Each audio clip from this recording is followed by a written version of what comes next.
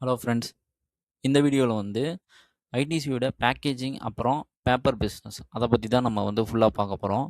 இப்போ வந்து பேக்கேஜிங் இண்டஸ்ட்ரியில் வந்து பார்த்தீங்க அப்படின்னா ஒரு ஹியூஜ் ப்ராஃபிட் வந்து ஐடிசி வந்து பண்ணுறாங்க. அதாவது கிட்டத்தட்ட 6,000 கோடி கிட்ட பேக்கேஜிங்கில் மட்டும் ப்ராஃபிட் பண்ணியிருக்காங்க. இவங்களோட ப்ராடக்ட்டுக்கும் இவங்களே பேக்கேஜ் பண்ணுறாது. அது மட்டும் இல்லாமல் மற்ற பிஸ்னஸ்க்கும் வந்து பார்த்திங்கன்னா இவங்க வந்து பேக்கேஜ் பண்ணி கொடுக்குறாங்க. ஸோ இத்தனை பிஸ்னஸ்க்கும் வந்து பார்த்திங்கன்னா பேக்கேஜிங் வந்து இவங்க பண்ணி கொடுக்குறாங்க. இத்தனை கேட்டகரிக்கு வந்து பார்த்தீங்க அப்படின்னா பிஸ்னஸ்க்கு பேக்கேஜிங் பண்ணுறாங்க. இந்த பேக்கேஜிங் இண்டஸ்ட்ரியில் வந்து பார்த்தீங்க அப்படின்னா ஒரு நல்ல ஒரு growth இருக்கும் ஃப்யூச்சரில் அப்படின்னு சொல்லிட்டு ஒரு கால்குலேஷன் கொடுத்துருக்காங்க. என்ன அப்படின்னா இந்தியாவில் வந்து பர் இயருக்கு 10லேருந்து 11 கேஜி பேப்பர் தான் வந்து, அதாவது பேக்கேஜிங் தான் வந்து யூஸ் பண்ணுறாங்க அப்படின்னு சொல்லிட்டு ஒரு டேட்டா. ஆனால் அந்த வளர்ந்து டெவலப்டு கண்ட்ரியில் வந்து பார்த்தீங்க அப்படின்னா அதிகமான பேக்கேஜிங் வந்து கன்சம்ப்ஷன் பண்ணுறாங்க அப்படின்னு சொல்கிறாங்க.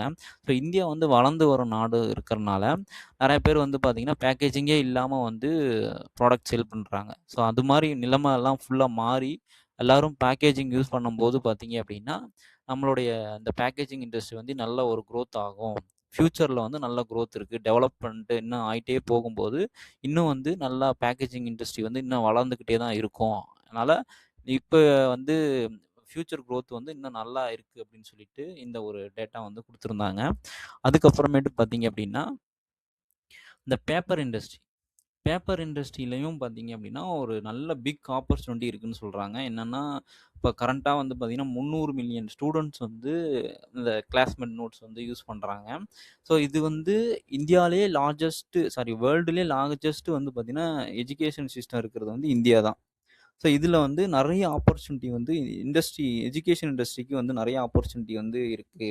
ஸோ இதனால வந்து பார்த்திங்கன்னா இப்போ நிறையா பேர் வந்து ஸ்டூடெண்ட்ஸ் வந்து என்ரோல் பண்ணுறாங்க.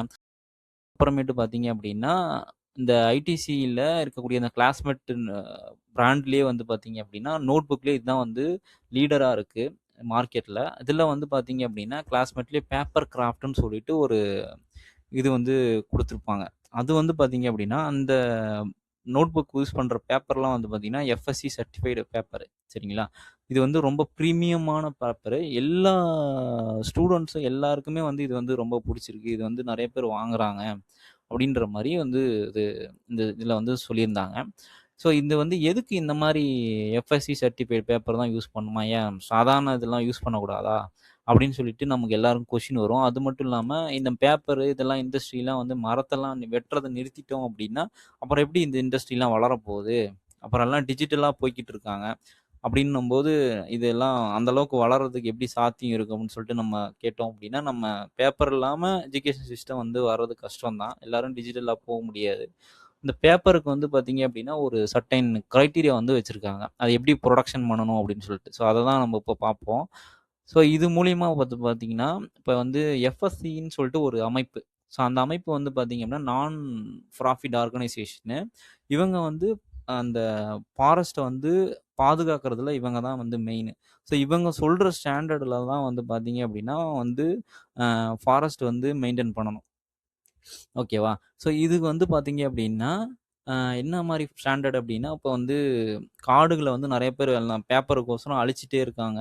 அது வந்து அழிச்சிட்டே இருக்கிறதுனால காடு வந்து அழிஞ்சிருச்சுன்னு அப்படின்னா நம்ம சுற்றுச்சூழலில் ஏகப்பட்ட ப்ராப்ளம் வரும். ஆமாவா? ஸோ அதெல்லாம் வந்து தடுக்கிறதுக்கோசரம் இவங்க வந்து ஒரு ஸ்டாண்டர்ட் வச்சுருப்பாங்க. ஓகேவா? சிம்பிளாக சொல்லணும் அப்படின்னா இப்போ நீங்கள் வந்து மரத்தை வெட்டிட்டீங்க அப்படின்னா உடனே வந்து அதை வளர்த்தி அது வந்து பிளான்டேஷன் பண்ணிடணும். ஃபார் எக்ஸாம்பிள் இப்போ வந்து அந்த மரம் வளர்கிறதுக்கு பார்த்தீங்கன்னா 5 to 6 இயர்ஸ் ஆகும் அந்த பேப்பர் மரம் வளர்கிறதுக்கு.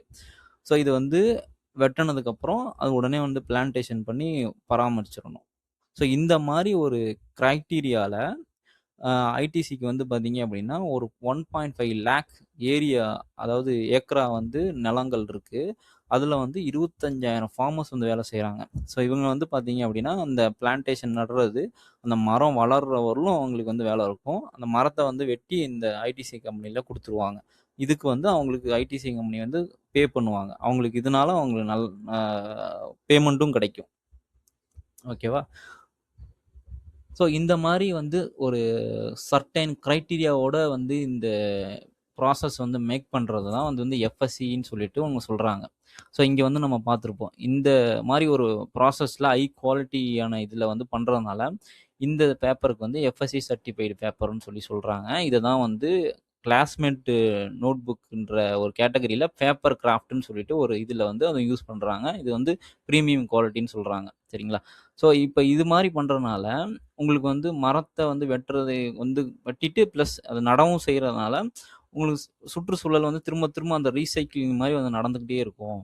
ஸோ இதனால் வந்து கண்டினியூஸாக வந்து மரங்கள் வளர்ந்துக்கிட்டே சுற்றுச்சூழல் பாதிக்காத வண்ணம் வந்து எஃப்எஸ்சின்ற ஒரு அமைப்பு வந்து பார்த்துக்குவாங்க. ஸோ இது மட்டும் இல்லாமல் ஆதித்யா பிர்லான்ற ரியல் எஸ்டேட்டு கூடயும் வந்து சைன் பண்ணியிருக்காங்க. ஒரு வருஷத்துக்கு 4 லேக் டன்ஸ் வந்து பல்ப்பு பேப்பர் உருவாக்குற பல்ப்பு வந்து இவங்க வந்து ஏற்றுமதி பண்ணணும் அப்படின்னு சொல்லிட்டு வச்சுருக்காங்க. ஸோ இந்த 2 இதுவும் வந்து தான் இந்த பேப்பரை வந்து இவங்க வந்து இங்கெல்லாம் இந்த சோர்ஸ்லேருந்து தான் அவங்க பேப்பர் வந்து முழுமையாக வாங்கி இந்த பிஸ்னஸ் வந்து பண்ணுறாங்க.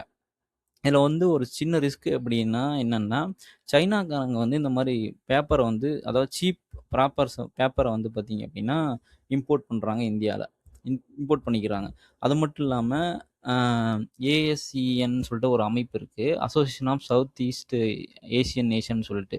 இதில் இவ்வளோ கண்ட்ரிஸ் இருக்காங்க. இவங்கெல்லாம் கூட வந்து பார்த்தீங்க அப்படின்னா இந்தியாவுக்கு வந்து எக்ஸ்போர்ட் பண்ணுறாங்க. சரியா? ஸோ இதனாலையும் வந்து பார்த்தீங்க அப்படின்னா இந்த லோக்கல் பிஸ்னஸ்லாம் வந்து பார்த்தீங்கன்னா இந்த மாதிரி சீப் பேப்பர்ஸை வந்து அவங்க வாங்கி அவங்க வந்து பிஸ்னஸ் பண்ணுறதுனால இது கொஞ்சம் எங்களுக்கு கொஞ்சம் பிரச்சனையாக இருக்குது அப்படின்னு சொல்கிறாங்க. பட் இதுக்கெல்லாம் வந்து பார்த்தீங்க அப்படின்னா ஒரு ரெகுலேட்டர் பாடி இதெல்லாம் வந்து வச்சுட்டு அப்புறம் கவர்மெண்ட்டுக்கிட்டேயும் வந்து இது கொஞ்சம் டேக்ஸ் கொஞ்சம் இன்க்ரீஸ் பண்ணுங்க அந்த மாதிரி சொல்லி கேட்டுட்ருக்காங்க. ஆனால் அது இன்னும் நடைமுறை படத்தில். ஸோ இதை கேட்டுட்ருக்காங்க. ஸோ அது மாதிரி வரும்போது பார்த்தீங்கன்னா இந்த கொஞ்சம் ரிஸ்க்கும் வந்து கம்மியாகும் அப்படின்ற மாதிரி அவங்க அதில் வந்து மென்ஷன் பண்ணியிருக்காங்க. ஸோ இதுதான் வந்து ஐடிசியோட பேக்கேஜிங் அண்டு பிரிண்டிங் பிஸ்னஸோட க்ரோத்து இப்படி தான். இதுக்கு என்ன மாதிரி க்ரோத்து அதுக்கப்புறம் என்ன இதோட ரிஸ்க் என்ன இருக்குது அப்படின்றத நம்ம தெளிவாக பார்த்தோம். இதே மாதிரி வந்து பார்த்திங்கன்னா ஐடிசியில் வந்து பார்த்திங்கன்னா நிறைய சப்சிடியரி கம்பெனிஸ் நிறைய இருக்குது. ஸோ அதெல்லாம் வந்து பார்த்திங்கன்னா நெக்ஸ்ட் வீடியோவில் வந்து பார்ப்போம். Thank you friends.